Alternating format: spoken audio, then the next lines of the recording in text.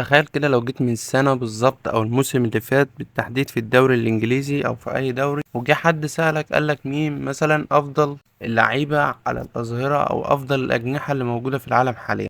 طبعا كنت بالتأكيد هتختار فينيسيوس أو رودريجو أو حتى محمد صلاح أو حتى رياض محرز. لعيبة كلها كويسة جدا ومع أندية كبيرة جدا، لكن النهاردة أنا مش جاي أكلمك على اللعيبة دي، أنا جاي أكلمك على لعيبة أنت ممكن ما تكونش مصدق ان اللعيبه دي الموسم اللي فات ما كانتش بتلعب اساسا او ما كانش ليها مكان اساسي. منهم لعيبه ده اول موسم ليهم وجايز يكون ده موسم استثنائي في حياتهم، لان ممكن ما يقدموش ارقام او اداء ممتاز زي ما عملوا الموسم ده بالذات، بالتحديد الدوريات الخمس الكبرى. بسم الله الرحمن الرحيم. انا يوسف، النهارده انا جاي اكلمك عن افضل خمس اجنحه او خمس شمال ويمين دوريات او الافضل الموسم ده بالتحديد. ونبدأ برقم واحد واللي هو لاعب النادي الجانرز او نادي المدفعجية الارض، واللي هو لاعب جابرييل مارتينيلي، اللاعب البرازيلي اللي عمره 21 سنة بس. واحد من افضل اللاعبين في الموسم ده مع نادي ارسنال، واللي مقدم اداء خرافي واداء اسطوري مع الفريق.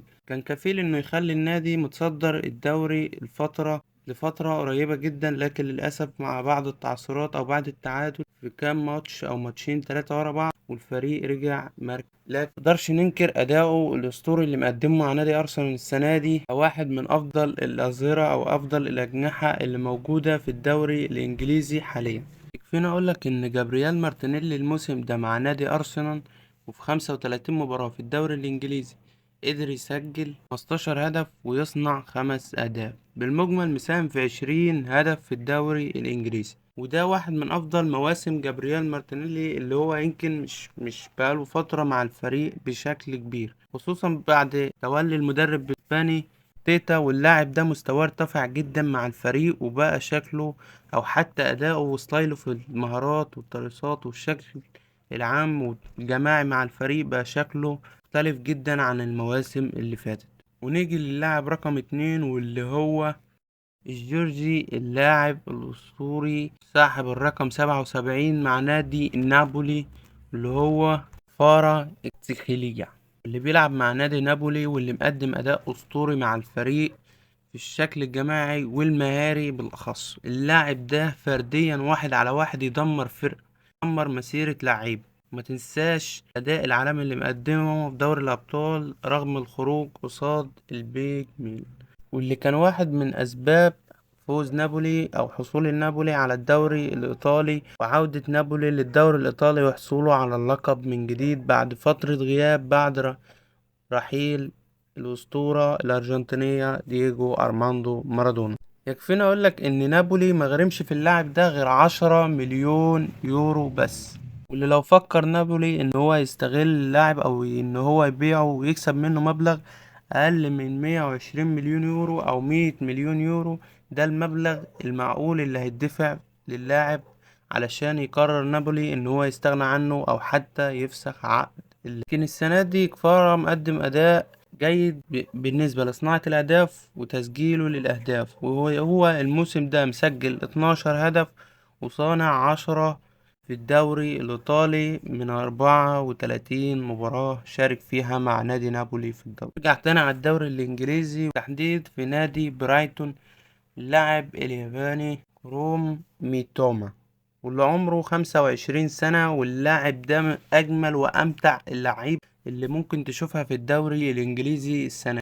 اللاعب ده ممتع للعين ولاعب مهاري بدرجة أولى، وبعدين ما بيستخدمش المهارة والمراوغة بشكل كبير في كل الأوقات. يعني مش بيفضل يفكر في الترقيص أو حركات الاستعراضية عمال على بطال. يعني مش هو اللاعب اللي هو فينيسيوس ممكن يفضل يرقص طول لا، اللاعب ده ممكن يعمل 5 6 مراوغات لكن بيكونوا بشكل إيجابي ومفيد للفريق.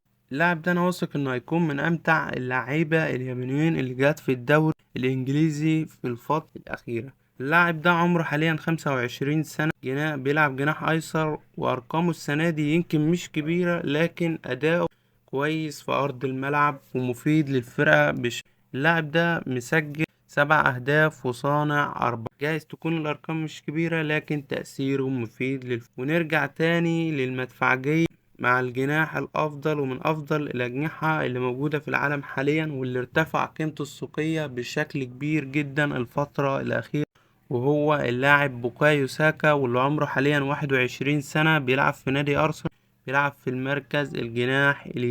يكون بوكايو ساكا من اللعيبة اللي ارتفع أدائها بشكل كبير جدا السنة دي مع نادي أرسنال، وبالذات في الدوري الإنجليزي، لأنه كان واحد برضه من أسباب تألق النادي الموسم ده بالذات، وإن هما مقدمين أداء استثنائي للفرقة ومخلينا واقفة وشكلها حلو، ومقدمين أداء جماعي وفردي من أجمل المواسم اللي عاملها أرسنال من فترة طويلة جدا. كويس ساكا عنده 21 سنة، الموسم ده مقدم أداء يخليه واحد أفضل الأجنحة في العالم، واللي بيلعب في المركز الجناح اليمين، واللي مسجل 13 هدف وصانع 11 هدف، يعني مساهم في 24 هدف في 35 مباراة مع نادي أرسنال. ده يبين لك ازاي المدرب مايكل ارتيتا مأثر على فرقة ارسنال، او صانع نجوم كبيرة جدا ولكن اعمارها صغيرة. مفيش حد متوسط الاعمار 25 سنة، وكلهم لعيبة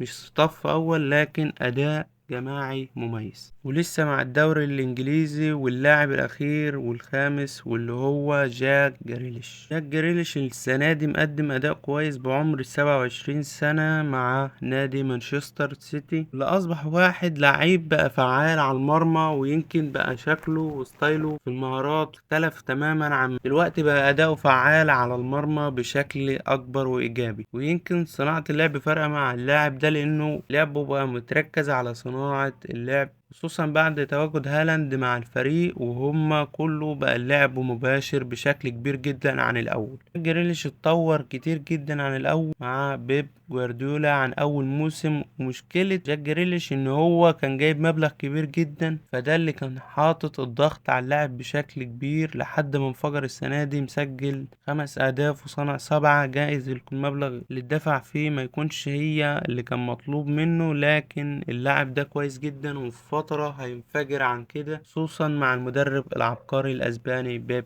جوارديولا. دي كانت قائمة من 5 لاعبين من أفضل الأجنحة اللي موجودة في العالم حاليا، ومؤثرة وليها تواجد كويس جدا وكبير جدا مع الأندية